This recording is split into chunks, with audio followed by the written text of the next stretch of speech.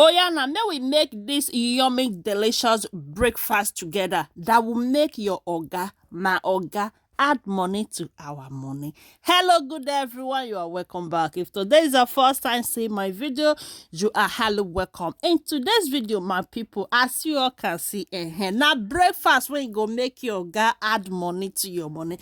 Now be waiting we want make today. So my people, as you all can see on this video, I don already wash and cutable the bell pepper when we want use for this recipe. So the next thing na as African woman when e dey inside me, we not fit eat anything without pepper. You understand? Even some of us, even they carry pepper, they follow body, they go restaurant.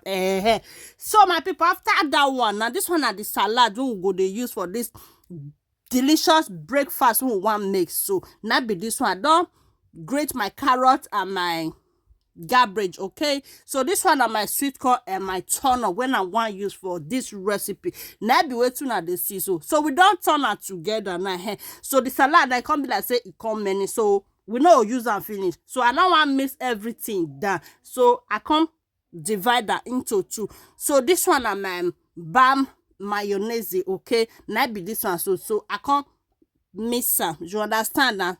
Salad. So now let's move to the next level. I break 2 eggs in a bowl. Then I can't add that veggies, that bell pepper when I sliced earlier. I can't put 2 spoons inside.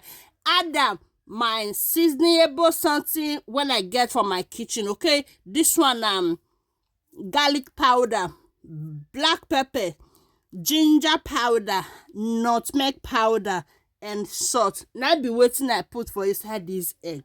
Now we go come carry and go our pot. I don't put my butter for inside my pan. Come use and take rubber. You understand? They come pour them that egg when we break today. Now be this one. So then this one now we'll come put this wrap.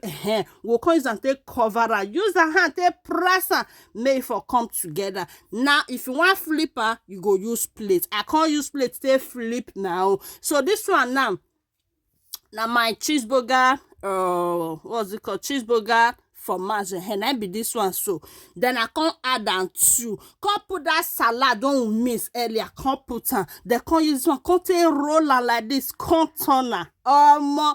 If you get children wey not the 2 they eat, my sister try make this breakfast for them. Each of them go finish full one.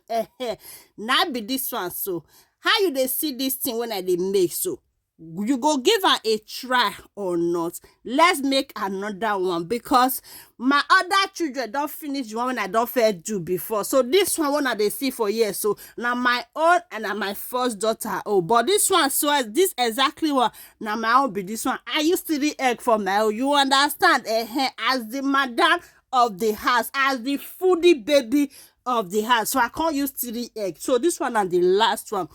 You understand? That be this one. So my people, if you know say you don't watch this video, Risha, it me say you they enjoy her, but your stinginess will no one let you follow this page. Kilo de mona do Christmas for una sister. Christmas is coming, so my Christmas gift now when I just need from una, I beg just follow this page.